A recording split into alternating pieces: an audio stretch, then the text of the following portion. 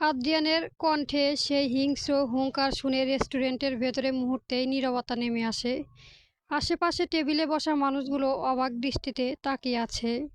মেঘের হাত কাঁপছে, বুকের ভেতর ধকধক শব্দ যেন কানে বাজছে। ফারহান ধীরে ধীরে মেঘের হাত ছেড়ে দেয়। চোখে ভয় নেই, বরং বিস্ময়ক আর একরাশ প্রশ্ন। ফারহান, আদ্রিয়ান স্যার, আপনি কি বলছেন? মেঘ নিজেই আমাকে এখানে আসতে বলেছে। আদ্রিয়ান রেগে ফুঁসছে, চোখ দুটো লাল, দাঁত চেপে ধরে এক পা এগিয়ে আসে। আদ্রিয়ান, আমার বউ কি করবে, কোথায় যাবে, তার জবাব তুই আমাকে দিবি না। তুই শুধু এইটুকু মনে রাখ, সে আমার স্ত্রী। মেঘ আর চুপ থাকতে পারে না, কাপা গলায় বলে ওঠে মেঘ।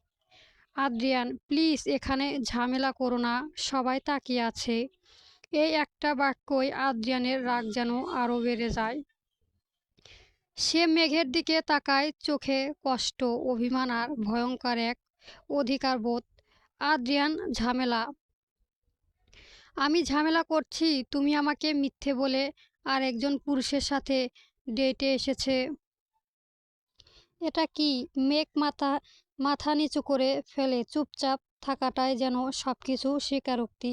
ফারহান ধীরে কিন্তু দৃঢ় কণ্ঠে বলে, ফারহান, মেঘ আপনাকে ডেট করার জন্য আসেনি। সে আপনাকে স্পষ্ট করে জানতে এসেছে যে সে আমাকে বিয়ে করবে না। আদ্রিয়ান থমকে যায়, চোখ ঘুরে যায় ফারহানের দিকে। আদ্রিয়ান, কি বললি? ফারহান, হ্যাঁ, সে আজ এখানে এসেছে শুধু আপনাকেই বেছে নেওয়ার কথা বলার জন্য। এই কথাটা শুনে আদ্রিয়ানের বুকের ভেতরটা আগুনটা হঠাৎ অন্যরকম হয়ে যায়। রাগের জায়গাটা ঢুকে পড়ে ভয়। যদি মেঘ সত্যি তাকে ছেড়ে চলে যায়। মেঘ ধীরে মাথা তোলে, চোখে জল টলমল করছে। মেঘ, আদ্রিয়ান, আমি ভুল করেছি, আপনাকে মিথ্যে বলেছি, এর জন্য আমি সরি। কিন্তু আমি ফারহানকে পরিষ্কার জানাতে চেয়েছিলাম যে আমি আপনাকে ছেড়ে কোথাও যাব না। রেস্টুরেন্টে দাঁড়িয়ে থাকা মানুষগুলো ফিসফিস করতে শুরু করেছে। আদ্রিয়ান গম্ভীর শ্বাস নেয়, নিজেকে সামলে নেয়। আদ্রিয়ান, ফারহান চৌধুরী, আজকের জন্য এখানেই শেষ, তুমি চলে যাও। ফারহান কিছুক্ষণ চুপ করে থাকে, তারপর মেঘের দিকে তাকিয়ে শুধু বলে, ফারহান, মেঘ, তুমি যা সিদ্ধান্ত নিয়েছো সেটাই তোমার জীবন, আমি জোর করব না। আদ্রিয়ানের দিকে তাকিয়ে, কিন্তু মনে রাখবে, যদি কখনো কাঁদে তা দায় আপনার। এই কথা বলে ফারহান ধীরে ধীরে রেস্টুরেন্টে থেকে বেরিয়ে যায়। মেঘ আর নিজেকে ধরে রাখতে পারে না, চোখের পানি গড়িয়ে পড়ে। আদ্রিয়ান তার হাত শক্ত করে ধরে। আদ্রিয়ান, বাড়ি চলো।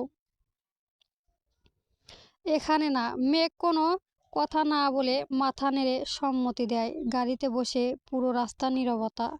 হঠাৎ আদ্রিয়ান গাড়ি থামায়। আদ্রিয়ান, আজ তুমি যদি আমার সাথে সৎ না হতে মেঘ, আমি হয়তো তোমাকে হারিয়ে ফেলতাম।